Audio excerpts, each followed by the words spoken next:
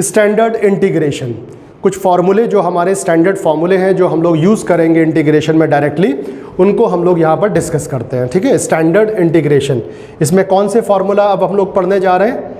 ax plus b whole power n dx, right, ax plus b whole power n dx।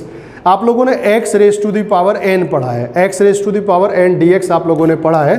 अब हम कह रहे हैं कि अगर वो जो बेस है उसकी जगह पे अगर ax प्लस बी एक लीनियर अगर एक्सप्रेशन है x की जगह पे, तो हम इसको कैसे सॉल्व करेंगे?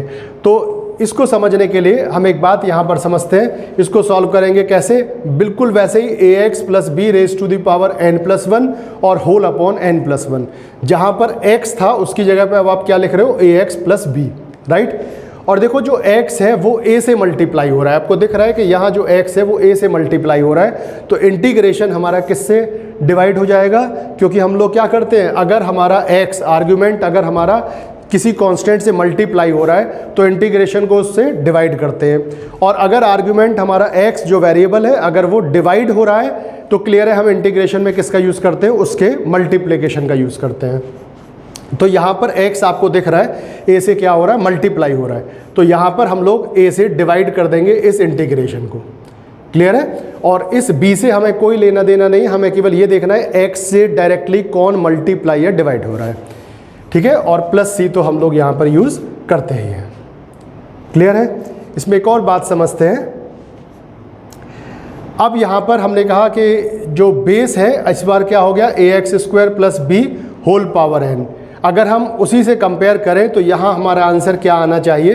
यहाँ हमारा आंसर ये आना चाहिए, raise to the power n plus 1 upon n plus 1, और a वहाँ पर मल्टीप्लाई हो रहा है एक्स स्क्वायर के साथ, तो यहाँ पर a डिवाइड होगा, राइट। लेकिन यहाँ पर एक बात का ख्याल हमें रखना है कि जो बेस है x raise to the power n, जो x raise to the power n का फॉर्मूला है उसको हमने यहाँ पे क्या किया? जनरलाइज किया है।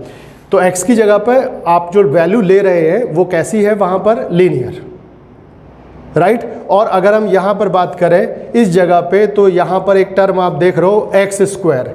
इस एक्स स्क्वायर की वजह से जो बेस है जो x की प्लेस ले रहा है वो लीनियर नहीं है, और अगर बेस लीनियर नहीं होगा तो हम यहाँ पर x raise to the power n का कॉन्सेप्ट नहीं लगाएंगे।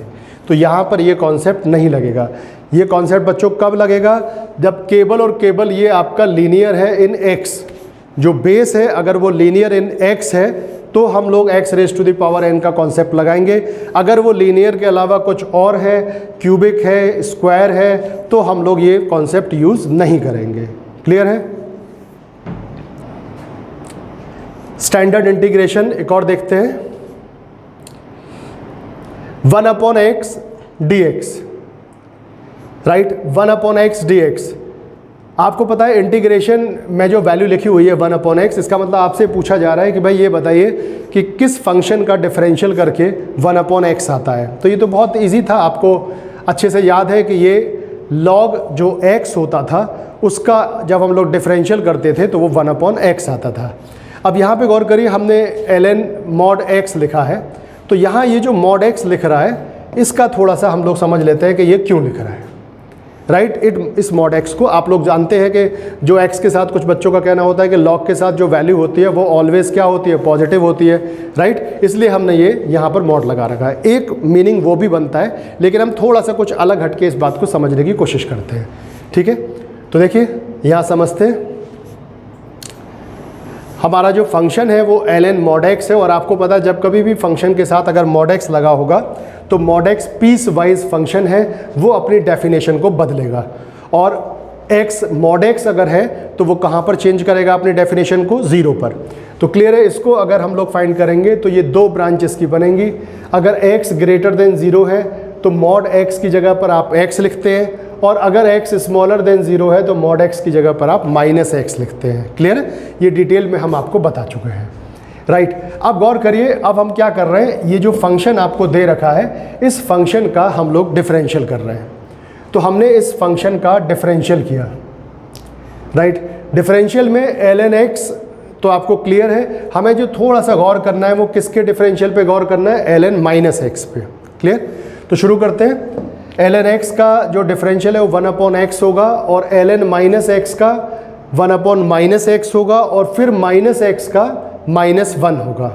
क्लियर है? तो ये माइनस माइनस मल्टीप्लाई होकर बच्चों क्या हो जाएगा, प्लस हो जाएगा। तो एफ डैश एक्स की यहाँ पर दो ब्रांच बनेंगी जो सिमिलर होंगी, 1 upon x and 1 upon x.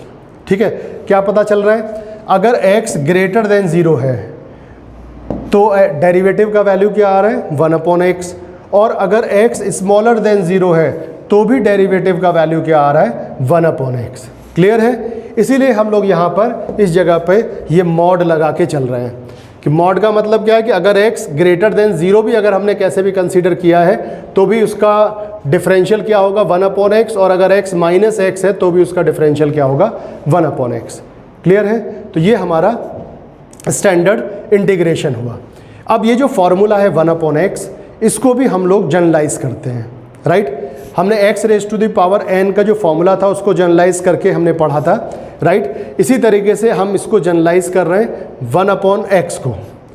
क्या जनरलाइज कर रहे हैं, अगर x की जगह पे एक लीनियर एक्सप्रेशन आ जाता है ax प्लस b, अगर x की जगह पे लीनियर एक्सप्रेशन आ जाता है तो भी इसको हमें कैसे लिखना है, ln के साथ लिखना है, ln ax plus b, right? But यहाँ पर जो x है क्योंकि वो a से मल्टीप्लाई हो रहा है इसलिए हम लोग यहाँ पर a से इसको डिवाइड कर देंगे। ठीक है, x a से मल्टीप्लाई हो रहा है इसलिए हम यहाँ पर इसे a से डिवाइड कर देंगे। कुछ बच्चों को कन्फ्यूजन ये होगा कि सर a तो नीचे आ रहा है, तो हम तो इससे कहेंगे कि a से डिवाइड हो रहा है। आपको नीचे ऊपर नहीं देखना है, आपको x देखना है, x के साथ उसका बिहेवियर कैसा है।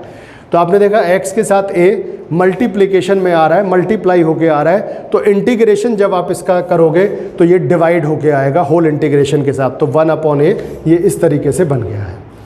एक और बात यहाँ पे समझते हैं जो कन्फ्यूजन बच्चों को होता है कि जो आपका बेस है अगर वो ax स्क्वायर प्लस b अगर ऐसा आ रहा है तो क्या हम इस कॉन्सेप्ट से उसके आंसर को ये रख सकते हैं ln और ये 1 अपॉन a।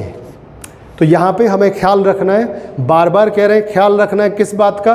देखिए जहाँ पर हमने जनरलाइज किया था वहाँ गौर करिए, ये लीनियर था, जो x का रिप्लेसमेंट था वो लीनियर था, लेकिन अगर हम यहाँ पर गौर करें तो यहाँ पर x स्क्वायर आ रहा है। इस x स्क्वायर की वजह से ये जो x का रिप्लेसमेंट है ये लीनियर नहीं है, और अगर ये लीनियर नहीं है तो हम इस फॉर्मूले से इसे सॉल्व नहीं करेंगे। केवल और केवल कब करेंगे, जब 1 अपॉन में लीनियर एक्सप्रेशन ऑफ x आएगा तभी हम ln का यूज़ करेंगे, अदरवाइज हम लोग यूज़ नहीं करेंगे। क्लियर है?